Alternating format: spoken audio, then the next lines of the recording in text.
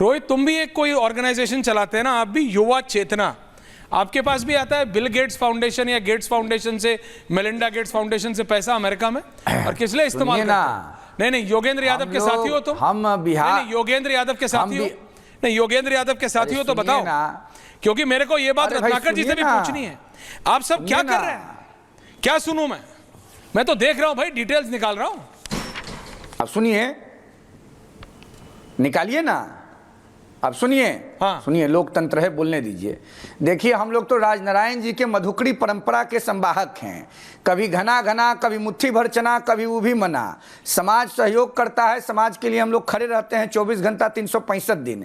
ये जो योगेंद्र यादव जी हैं, विदेश के जो प्रतिनिधि हैं भारत धरती पर, ये लोग अपनी चिंता करें। आइए मूल मुद्दा पर। देखिए, भारतीय सनातन परंपरा, भारतीय ऋषि कृषि परंपरा, जहां भगवान कृष्ण, जिन्होंने 11 वर्ष की आयु में कालिया नाग को नाथ दिया था, 16 वर्ष के अभिमन्यु ने अत्याचार, अनाचार, पापाचार, कदाचार, भ्रष्टाचार के खिलाफ चक्रव्यूह भेदने का प्रयास किया था। हम लोग प्रहलाद की आदर करते हैं, एक नौजवान जैन जी, जिसने अपने पिता, जो अत्याचार, झूठ, प्रपंच और अनाचार का प्रतीक था हिरण्यकश्यपु, उसके खिलाफ शंखनाद किया था। हम उस जैन जी का आदर करते हैं जो श्रवण कुमार था, जिसने अपने नेत्रहीन माता पिता को तराजू पर बैठाकर देश घुमाने का संकल्प युवा लिया चेतना था। चलाते हो, तुम युवा को समझा नहीं पा रहे हो। देश के यशस्वी, नहीं, तुम युवा को क्या समझा पा रहे हो? तुम इस देश के युवा को समझा पाए कि राहुल गांधी, अरविंद केजरीवाल ने उनको मिसलीड किया? तुम इस युवा को समझा पाए कि अभद्रता की राह में जाके कोई फायदा नहीं है? तुम इस युवा को समझा पाए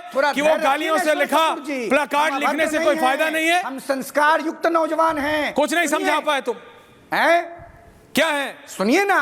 क्या सुनो? अरे सुनिए ना भाई, कैसे नहीं समझाएंगे? डर लगता है। देश के प्रधानमंत्री जननायक माननीय नरेंद्र मोदी जी ने एक अभिभावक की भूमिका में लगातार विद्यार्थियों और नौजवानों से संपर्क साधकर, संवाद करके उनको ये अपील किया, उनको बताया हम क्षमा करते हैं। प्रधानमंत्री जी ने, वो प्रधानमंत्री की तरह उन्होंने करा। सोमनाथ भारती जी को लाइए, कहाँ चले गए? शीलता का परिचय देते हुए सुनो, देश के बच्चों को ये अपॉर्चुनिटी दिया है कि आप देश के प्रति, दे दिया अपने बड़ों के प्रति। लेकिन तुम्हारे, तुम क्या कर रहे हो? युवा को तुम क्या सिखा रहे हो? युवा को तुम क्या पढ़ा रहे हो? कुछ नहीं। युवा चेतना लिखने से नहीं होता है, युवाओं की चेतना जगाओ। लिखने से नहीं होता है, कुछ जगानी पड़ती है चेतना। रत्नाकर जी, गाली देना सही है?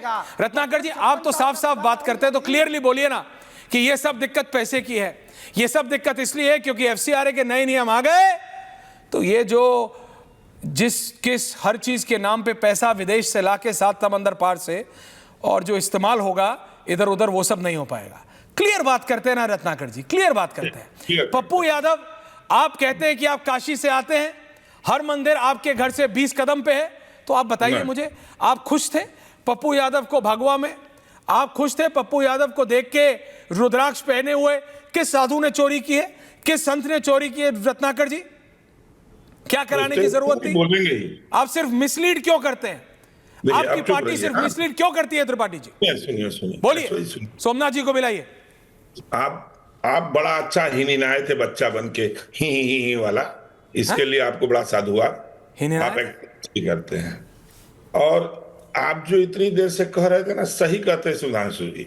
तो आप भी चिंगाड़िया को सतर्क रहने की जरूरत है। सत्ता से लटके हुए, सत्ता की लालच में कुर्सी से लटके हुए पक्कल दाढ़ी वाले नौजवान से, जो नौजवानों को फ्रेंड्स कहता है, जिसके पास कोई ऑप्शन नहीं है माफ करने के सिवाय, क्योंकि 1, 2, 4, 10 दिए हो गाली तब तो माना जाए। जब पूरे देश के नौजवान गाली दे रहे थे, तो किसको किसको पकड़ेंगे? किसके किसके एफआईआर करेंगे? किसके किसके घर पुलिस भेज के हुलिया करके राहुल गांधी के इशारे पर रोहित, काम डाउन। देखिए, ऐसा है ना, प्रधानमंत्री जी ने, देखिए, विदूषकों से बात मत करवाइए प्लीज, ठीक? और उनके पास कोई विकल्प नहीं था, ऐश्वर्य जी। अच्छा, पप्पू यादव क्या थे? विदूषक थे कि नहीं? कौन? क्या पूछे सुधांशु जी? हाँ, पप्पू यादव विदूषक तो कर रहे थे कि नहीं?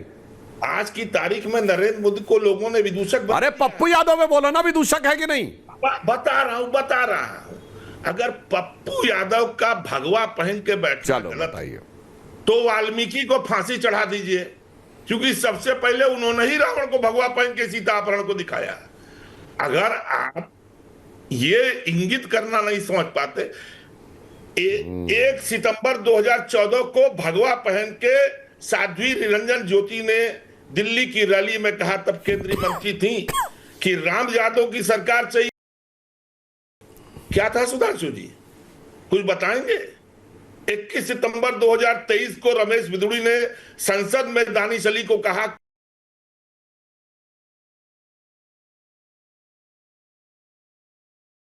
क्या बोलेंगे यार?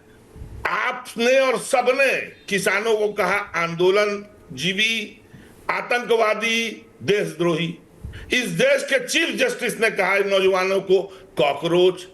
गाली किसको कहते? आपके गिरिराज सिंह तो गालियों के एक्सपर्ट हैं, उनसे पूछिए ना, वो सारी गाली बता देंगे। और आप जिन सांसदों के संग रहते हैं, बच्चों ने बोल दिया कि गालियां दे दी, तो दुष्यंत कुमार ने कहा ना कि गिड़गिड़ाने का यहां कोई असर होता नहीं, आह भर के बद्दुआ दो, पेट भर के गालियां।